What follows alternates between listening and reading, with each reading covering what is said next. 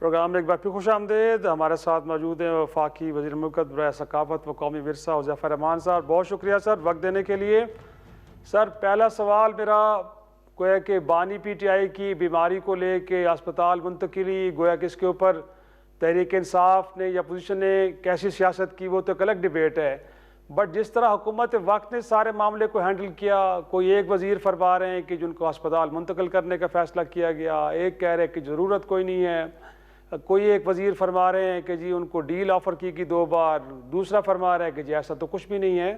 तो सर जो गवर्नमेंट की हैंडलिंग थी उसमें भी तो बड़े सवालात उठ रहे हैं। पहली बात तो ये कि मैं आपसे इन प्रिंसिपल एग्री करता हूँ कि जाहिर है अगर 2 हाथ बजते हैं तो ताली की आवाज आती है ना, यानी अगर 2 बर्तन बजे ही ना तो आवाज कैसे आएगी। बात यह कि अगर मिसमैनेजमेंट ना होती हुकूमत के पार्ट के ऊपर तो जाहिर है इतना ही शोर शराबा ही ना होता। लेकिन मैं इसको एग्री कर रहा हूँ कि वाकई कुछ चीजें मिसमैनेज हुई, और जिस दिन उन्हें हॉस्पिटल ले जाया गया था उसी दिन ही अगर हमारी तरफ से ही वर्शन आ जाता तो ज्यादा बेहतर होता। लेकिन जाहिर है हुकूमत ये इंतजार कर रही थी कि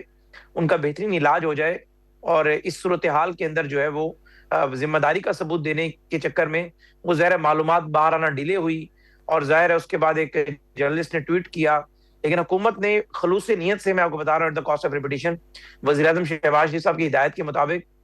खलूस नीयत से बानी तहरीक इंसाफ का बेहतरीन इलाज कराया गया। जब वो जेल में थे तब भी उन्हें जो जो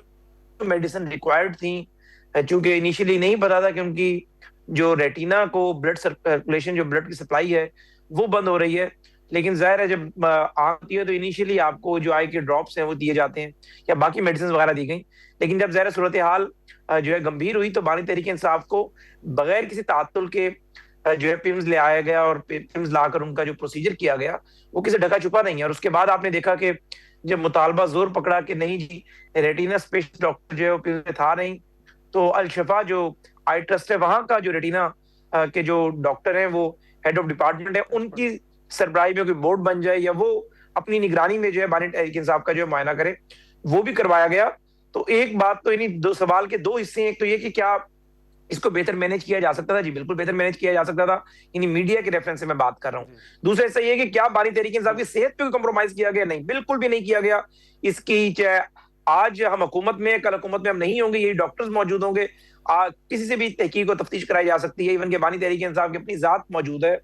और जब भी उनका इलाज कराया गया उनकी बेगम ज़ाहिर जेल में मौजूद है, उनका ब्लड रिलेशनशिप है, उनसे भी ज़ाहिर पूरी कंसेंट ली गई। कहीं पर हुकूमत की जानिब से उनके इलाज पे और बेस्ट फैसिलिटीज पे कम्प्रोमाइज नहीं किया गया। लेकिन ये जो डील से मुताल्लिक बातें राना सोनाला साहब ने फरमाई, उसके बाद फिर अगरचे फैसल वाडा साहब ने भी उसको चैलेंज किया और बाद में ख्वाजा आसिफ साहब की भी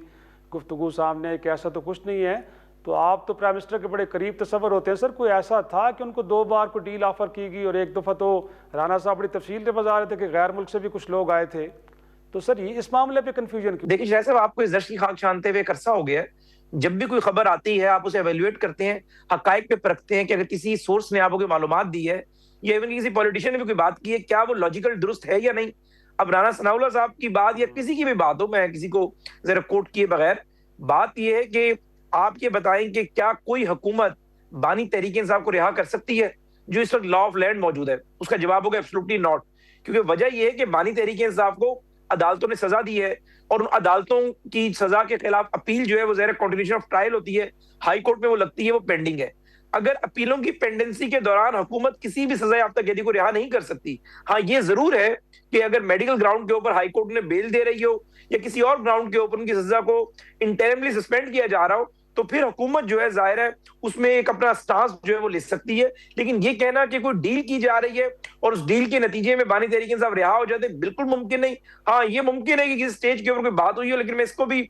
समझता हूँ कि ये भी कोई मेच्योर बात नहीं थी कि उन्हें शायद कोई किसी जगह बनी गाला मुंतकिल कर दिया जाता, कोई सब जेल बना दिया जाता। ये ज़ाहिर मुमकिनात होती हैं, लेकिन ये भी बातचीत कोई ऐसी मेच्योर नहीं किसी स्टेज पर हुई। लेकिन ये कहना कि हुकूमत या एस्टेब्लिशमेंट उन्हें 2 दफा डील की ऑफर की और वो डील की ऑफर मेच्योर नहीं हुई या जो भी व्हाटसोएवर, लेकिन मुझे इतना जरूर पता है जाती तौर पर कुछ चीजें वक्त के साथ जो है वो अनर्थ होंगी कि बानी तहरीक इंसाफ ने इन 2 सवा 2 सालों में हद तक कुल विसाख कोशिश की है कि उन्हें डील मिल जाए, और उसके लिए मेरे पास शवाहिद मौजूद है जिस तरीके से उनके बेटों ने जाके रिचर्ड ग्रेल के साथ लॉबिंग की, जिस तरीके से उनकी बेगम जो है वो लॉबिंग करती रही, जिस तरीके से हाउस ऑफ लॉर्ड और हाउस ऑफ कॉमन में करारदादें पास होती रही, ये सब इस बात की अक्कासी करती हैं कि आप ये सारा काम क्यों कर रहे थे। लामहला उसका मकसद यही था कि आपको कोई डील मिल जाए या आपको जो है वो आउट ऑफ कोर्ट सेटलमेंट करके रिहाई आपको दे दी जाए। तो जाहिर है ये चीजें जो मेरा नुक्ता नजर है उसको एंडोर्स कर रही हैं कि बानी तहरीक इंसाफ ने पिछले 2 सवा 2 सालों में हद तक उल वसा कोशिश की है कि उन्हें कोई डील दे दी जाए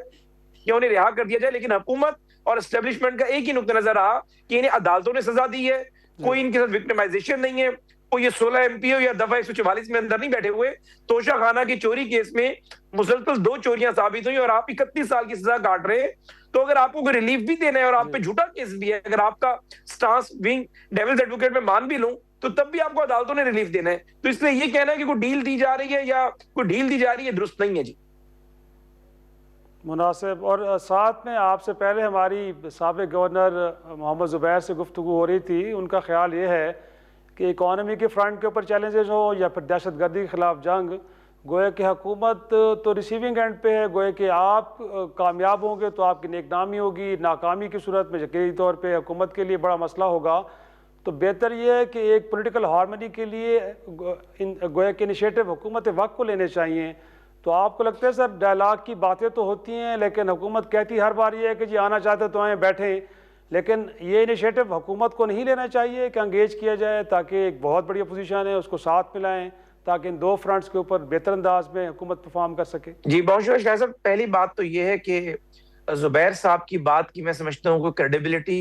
रिगार्डिंग पीएमएलएन नहीं होनी चाहिए, ये आप सहाफियों को भी परखना चाहिए। यानी अगर एक बंदा एक इदारे के अंदर एज अ ब्यूरो चीफ या डायरेक्टर न्यूज काम कर रहा हो, इस इदारे को छोड़ने के बाद किसी और इदारे में जाकर उस इदारे की बदखोइयां शुरू कर दे, तो लामहला जो न्यूट्रल लोग होंगे वो ये एवेलुएट करेंगे कि इस बंदे की क्रेडिबिलिटी जो है उस इदारे के मुतालिक या राय में नहीं होनी चाहिए। इसी तरीके से जुबैर साहब जो बातें कोट करते हैं पीएमएलएन के मुतालिक, मैं समझता हूं कि इंसान जो है वो पड़ा हुआ पत्थर भारी होता है और आप जो है वो इख्तलाफ भी असूलों से करते हैं। अगर आप एक जमात में रहे, वो जमात आपने छोड़ दी या जमात से आपको छुड़वा दिया गया, जो भी बात बनी, तो उन गोशों की निशानदेही आपको कभी नहीं करनी चाहिए। जो जाहिर है आप जब उस जमात में मौजूद थे, आपके ऊपर एक जिम्मेदारी थी, एक ट्रस्ट था, उन बातों को आप सिर्फ इस वजह से करें कि मेरी बात की क्रेडिबिलिटी ज्यादा बनेगी, चूंकि मैं पीएमएल पे क्रिटिसाइज कर रहा हूं और पीएमएलएन का मैं उस वक्त हिस्सा था, तो मैं समझता हूं कि तो जुबैर साहब की सवाल से कोई क्रेडिबिलिटी है नहीं। लेकिन जो आपने बात की मुज़ाकरात के हवाले से, देखिए वज़ीर आज़म शहबाज शरीफ साहब ने जब 8 फरवरी 2024 को हुकूमत मार्ज वजूद में आई और मार्च में ओथ वगैरह सब हो गए, सबसे पहले शहबाज साहब ने तो मुज़ाकरात की दावत दी। मियां नवाज शरीफ साहब ने इसमें एक कमेटी बनवाई, राना सनाउल्लाह साहब और इरफान सदीकी साहब मरहूम उस कमेटी का हिस्सा थे, ये बैकआउट कर गए। उसके बाद भी मुतअद्दिद मरतबा हुकूमत ने मुज़ाकरात की दावत दी और एज ऑफ टुडे वज़ीर आज़म शहबाज शरीफ साहब की ख्वाहिश है और उनकी कोशिश है कि मुज़ाकरात होने चाहिए। और महमूद अचकज़ई साहब अगर मुज़ाकरात के सिलसिले को आगे बढ़ाते हैं तो हुकूमत भी अपनी हाई पावर कमेटी नॉमिनेट करेगी और उस मुज़ाकरात के अंदर जाहिर है पार्लियामेंट के मामला तो कैसे चलाना है, केपीके की हुकूमत के मामला हैं, बाकी चीजें हैं। और हम ये समझते हैं कि सियासी इस्तेहकाम जो है वो मुआशी इस्तेहकाम के लिए बहुत जरूरी है। और बीइंग यानी मैं अगर आपको बताऊं कि यानी फिजिक्स में हम कहते थे कि यानी डायरेक्टली प्रोपोर्शनल की जो एग्जांपल है तो ये यहीं पर सूट होती है कि